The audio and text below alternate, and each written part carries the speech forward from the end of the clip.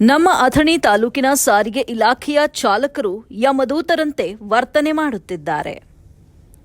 ಇದೇ ಅಥಣಿ ತಾಲೂಕಿನಲ್ಲಿ ಸಾರಿಗೆ ಇಲಾಖೆ ಇದ್ದು, ಈ ಸಾರಿಗೆ ಇಲಾಖೆಯ ಅಧಿಕಾರಿಗಳು ಬಸ್ ಚಾಲಕರು ಯಮದೂತರಂತೆ ವರ್ತನೆ ಮಾಡುತ್ತಿದ್ದಾರೆ.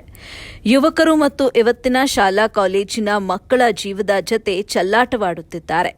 ದಿನನಿತ್ಯ ಅಥಣಿ ತಾಲೂಕಿನಲ್ಲಿ ಬೆಳಗ್ಗೆ 6ರಿಂದ ಸುಮಾರು ಸಂಜೆ 6 ಗಂಟೆವರೆಗೆ ಅಥಣಿ ಪಟ್ಟಣಕ್ಕೆ ವಿದ್ಯಾರ್ಥಿಗಳು ಬರುವುದು ಸಹಜವಾದ ವಿಷಯ. ಅದರಂತೆಯೇ ನಮ್ಮ ತಾಲೂಕಿನ ಗ್ರಾಮಸ್ಥರು ಕೂಡ ಸಂತೆಗೆ ಬರುವುದು ಸಹಜವಾದ ವಿಷಯ. ಹಾಗೆ ಕೆಲವು ಹಿರಿಯ ನಾಗರಿಕರು ಕೂಡ ತಮ್ಮ ತಮ್ಮ ಕೆಲಸ ಕಾರ್ಯಗಳಿಗಾಗಿ ನಮ್ಮ ಗ್ರಾಮಕ್ಕೆ ಬರುವುದು ಕೂಡ ಅಷ್ಟೇ ಸಹಜವಾದ ವಿಚಾರ.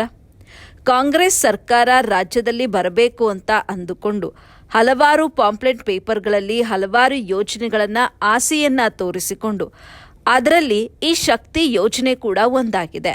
ಇದೇ ಒಂದು ಯೋಜನೆ ಜನರ ಮತಗಳನ್ನು ಪಡೆದುಕೊಂಡು ಅದರ ಆಧಾರದ ಮೇಲೆ ತಮ್ಮ ಕನಸನ್ನು ನನಸು ಕೂಡ ಮಾಡಿಕೊಂಡಿದ್ದು, ಅಧಿಕಾರಕ್ಕೂ ಕೂಡ ಕಾಂಗ್ರೆಸ್ ಸರ್ಕಾರ ಬಂದಿದೆ.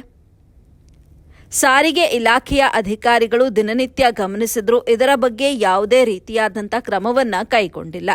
ಈ ಸುದ್ದಿ ಹಲವಾರು ಬಾರಿ ಮಾಧ್ಯಮದಲ್ಲಿ ಎಷ್ಟೇ ಬಾರಿ ಪ್ರಸಾರ ಮಾಡಿದರೂ ಕೂಡ ಸಾರಿಗೆ ಇಲಾಖೆ ಸಚಿವರು ಏನು ಕಣ್ಣು ಮುಚ್ಚಿಕೊಂಡು ಕುಳಿತಿದ್ದಾರಾ ಎಂಬಂಥ ಪ್ರಶ್ನೆ ಮೂಡಿದೆ.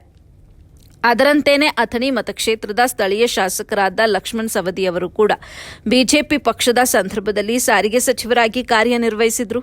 ಈಗ ಕಾಂಗ್ರೆಸ್ ಸರ್ಕಾರದಲ್ಲಿ ಸಹಕಾರ ಸಚಿವರಾಗಿ ಆಯ್ಕೆಯಾಗಿದ್ದಾರೆ. ಅವರಾದರೂ ಇದನ್ನ ನೋಡಿಕೊಂಡು ಏನು ಕ್ರಮ ಪಡೆದುಕೊಳ್ಳುತ್ತಾರಾ ಎಂಬುದನ್ನು ಕಾದು ನೋಡಬೇಕಾಗಿದೆ.